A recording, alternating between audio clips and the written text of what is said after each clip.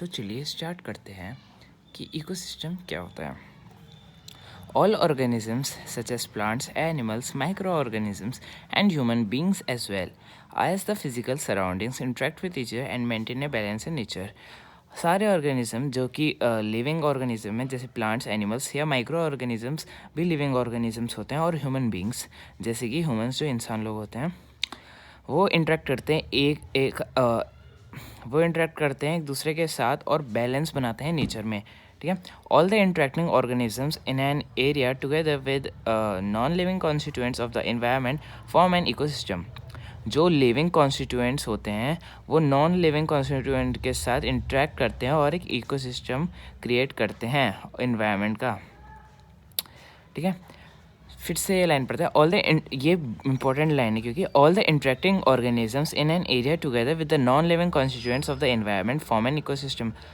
जो भी interacting organisms है नॉन लिविंग और living in an area together, जो एक एरिया में है, जैसे कि आप हो गए या आपके पास जितनी भी चीज़ें हैं एरिया टुगेदर, वो जो भी आपके पास है आपके साथ है वो एक इन्वायरमेंट बनाती है। Of the environment form an ecosystem.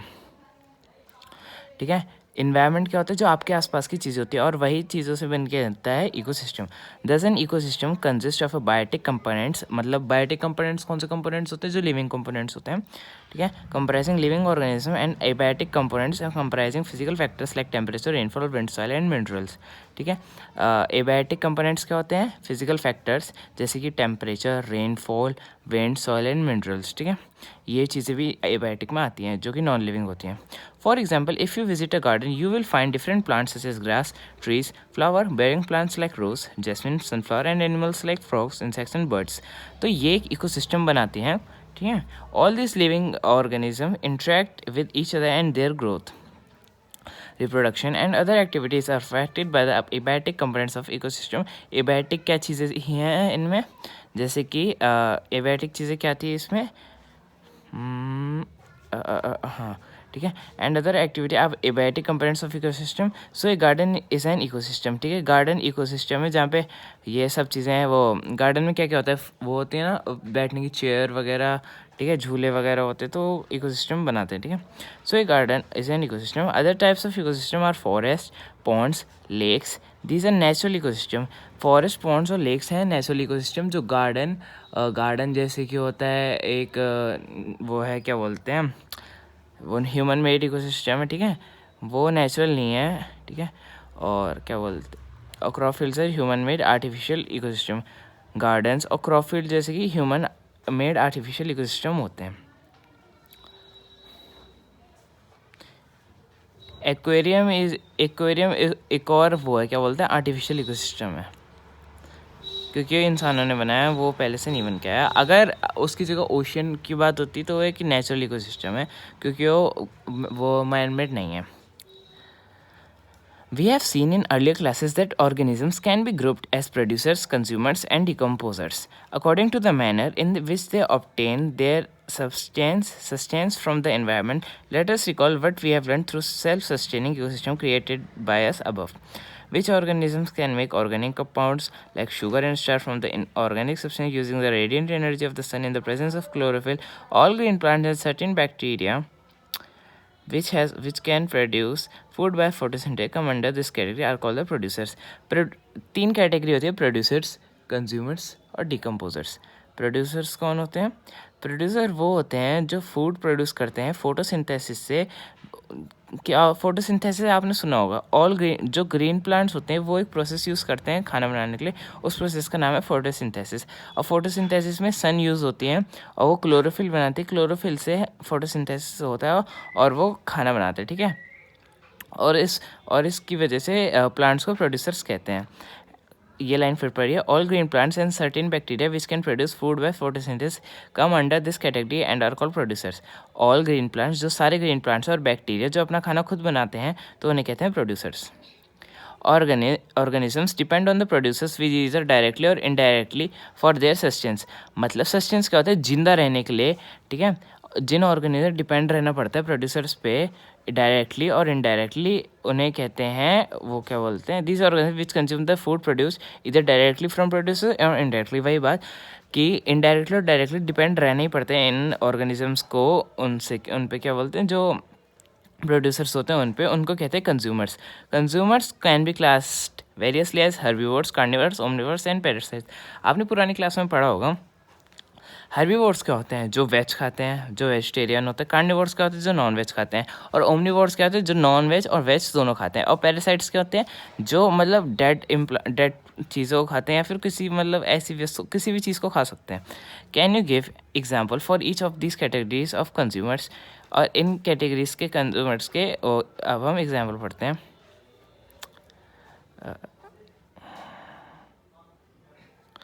Imagine the situation where do not clean the aquarium and some fish and plants have died.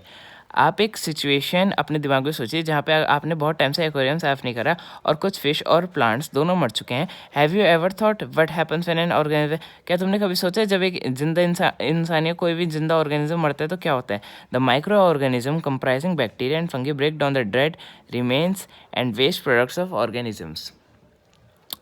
These microorganisms are the decomposer as they break down the complex organic substance in the inorganisms that go into the soil are used once more by the plants. जैसे कि कोई भी micro organism मरता है वो decompose होता है complex organic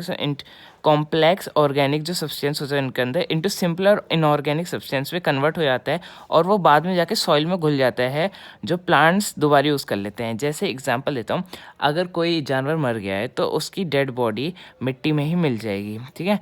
तभी तो लोग कहते हैं मिट्टी में ही मिल जाओगे एक दिन।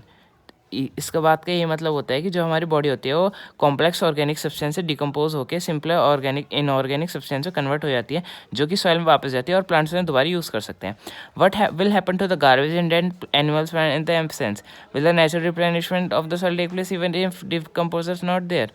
इसके बारे में आगे बढ़ते हैं। अगर डिकम्पोजर्स नहीं होंगे तो क्या ये सब हो पाएगा प्लांट्स और एनिमल्स और गार्बेज के साथ? पढ़ते हैं। Food chain and webs. Food chain और वेब्स क्या होते हैं? जैसे कि आप ये पिक्चर देख रहे हैं कि हिरण पेड़ पौधों को खाता है, फिर हिरण को शेर खाता है, वैसे ही जैसे कीड़े उसको खाते हैं, क्या बोलते हैं, ये फसल है, और कीड़े वो खाता है, क्या ना, फ्रॉग खाता है। फ्रॉग को कौन खाता है? स्नेक खाता है। स्नेक को कौन खाता है? ईगल खाता है। ऐसे ही बिच्छू को ये प्लांट खाता है, बिच्छू को ये खा जाता है, ठीक है। और फ्लेमिंगो मछली को खा जाती है। ऐसे ही अब हम बात करते हैं फूड चेन और वेब के बारे में। फूड चेन क्या होता है? In activity 13.4 we have formed a series of organisms feeding off another. This series of organism taking part biotic levels form a food chain. Each step of or level of the food chain forms a trophic level. The autotrophs or the producer are at the first trophic level. The they fix up the solar energy and make it available for heterotrophs or the consumer. The herbivores or the primary consumer come at second, small carnivores second consumer at the third, and large carnivore or tertiary consumer from the fourth trophic level. इसमें food chain में levels होती हैं जिसमें autotrophs होते हैं और वो heterotrophs होते हैं। तो अलग अलग लेवल पे इनकी वो करी जाती है classification. We know that the food we eat acts as a fuel to provide us energy to do work. जब हम खाना खाते हैं वो हमें क्या देती है? एनर्जी देती है ना काम करने की, हमारी बॉडी में शक्ति देती है, पावर देती है, एनर्जी देती है। Thus the interaction among various components of the environment involves flow of energy from one component of the system to another. As we have studied, जैसे कि हमने पढ़ा, the autotrophs capture the energy present in sunlight. जो autotrophs होते हैं energy capture करते हैं जो कि सनलाइट में प्रेजेंट होती है। ऑटोट्रॉफ्स कौन होते हैं? मतलब ऑटोट्रॉफ्स हम की बात करते हैं, ऑटोट्रॉफ्स होते हैं प्लांट्स, ठीक है। Autotrophs capture the energy present in sunlight and convert into chemical energy. This energy supports all the activities of the living world. From autotrophs the energy goes to the heterotrophs and decomposers. However, as we saw in the chapters on sources of energy, when one form of energy is changed to another, some energy is lost to the environment in forms which cannot be used again. The flow of energy between various components of the environment has been extensively studied, and it has been found that हमें जब हमने पढ़ा energy के बारे में, source of energy, हमने पता चला the green plants in A terrestrial ecosystem capture about 1% of energy of health that falls on their leaves and convert into food energy. हमने ये जांच करी है कि जो ग्रीन प्लांट्स होते हैं टेरेस्ट्रियल इकोसिस्टम में, टेरेस्ट्रियल कौन सा होता है? धूल मिट्टी वाला, वो इकोसिस्टम में, ठीक है.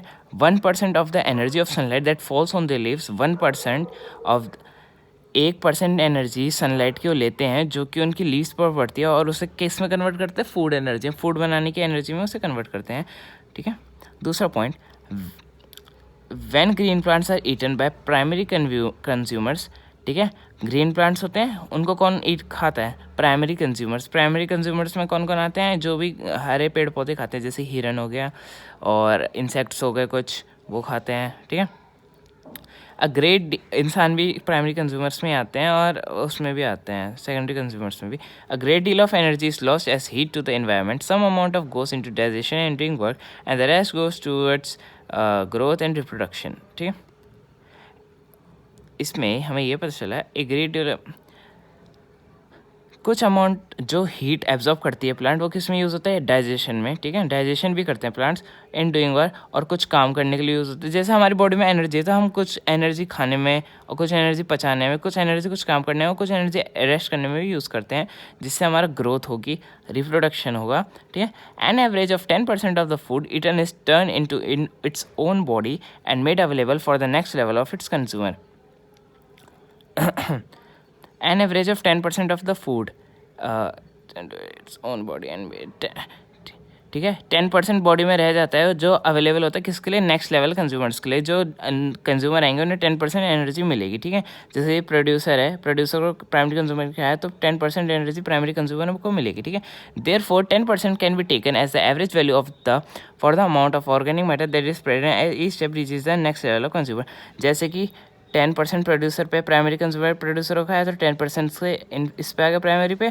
ठीक है. तो फिर जब सेकेंडरी कंज्यूमर इसको खाएगा तो प्राइमरी का 10% और प्रोड्यूसर का 10% इस पे होगा, तो सेकेंडरी कंज्यूमर को 20% एनर्जी हो जाएगी. तो ऐसी टर्शियरी कंज्यूमर जब सेकेंडरी कंज्यूमर को खाएगा तो इस पर 20% इन दोनों की और 10% इसकी एनर्जी भी रहेगी, तो इस पर 30% आ जाएगी. ये क्वेश्चन पेपर में आता है. ठीक है, कि किस पे कितनी एनर्जी रहेगी. Therefore 10% can taken as a average value for the. ठीक है. और नेक्स्ट स्टेप एक दूसरे स्टेप पे बढ़ती रहती है एनर्जी के, जैसे 10, 20, 30, 40. ठीक है. Since so little energy is available for the next level of consumer, food chain generally consist of only 3 or 4 step. जैसे कि आप देखते हैं कि बहुत कम एनर्जी वो होती है, क्या बोलते हैं, अवेलेबल होती है नेक्स्ट लेवल कंज्यूमर के लिए, तो फूड चेन बहुत ही कम स्टेप्स में होती है. ठीक है. There are generally greater number of individuals at the lower trophic levels of an ecosystem. The greatest number is of the producers. ठीक है. जो प्रोड्यूसर्स की संख्या वो ज़्यादा होती है इन बाकी कंज्यूमर से. ठीक है. क्योंकि प्रोड्यूसर्स ज़्यादा होने चाहिए तभी तो कंज्यूमर्स खा पाएंगे, नहीं तो क्यों कौन खा पाएगा. The length and complexity of food chains vary greatly. Each organism is generally eaten by 2 or more kinds of air, which are eaten by several other organisms. So instead of a straight line food chain, the relationship can be shown as a series of branching lines called a food web. ठीक है.